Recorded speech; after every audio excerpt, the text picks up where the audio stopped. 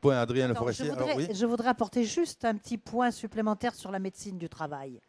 Parce qu'effectivement, c'est de la responsabilité des employeurs. Ça, personne ne le conteste, sauf les employeurs eux-mêmes. Mais bon, c'est normal puisqu'ils n'ont pas envie de payer. Mais la médecine du travail aujourd'hui, dans les services de médecine interentreprise, ou les médecins du travail à l'intérieur même des entreprises, du fait que c'est payé par les employeurs, eh bien, ça ne rend pas la médecine du travail indépendante. Et ça, c'est un véritable problème. Non pas que les médecins du travail soient en cause eux-mêmes, parce qu'ils font leur boulot, et là-dessus, il n'y a rien à leur dire.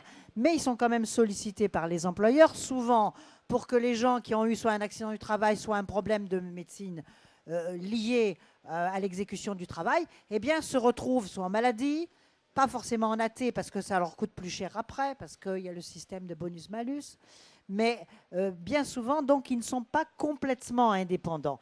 Et quand ils ne sont pas complètement indépendants, eh bien, ça joue sur l'avenir du salarié dans l'entreprise. Ça, je crois qu'on ne le dit pas assez souvent, et que souvent, on a des salariés qui sont licenciés parce qu'il n'y a pas d'autres possibilités. Alors que le rôle du médecin du travail, c'est d'abord de regarder quelle est la prévention dans l'entreprise.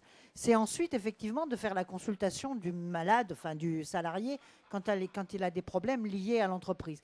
C'est aussi de regarder quelles sont ses possibilités de reclassement à l'intérieur de l'entreprise, sur des postes aménagés ou adaptés.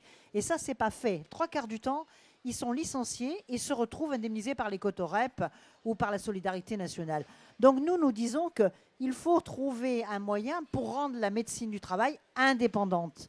Et que même si elle est à la charge, et ça je pense qu'elle est à la charge de l'employeur, ça doit être géré au titre de la solidarité nationale dans un système qui ne serait pas celui dépendant des employeurs. Voilà ce que je voulais rajouter sur la médecine du travail.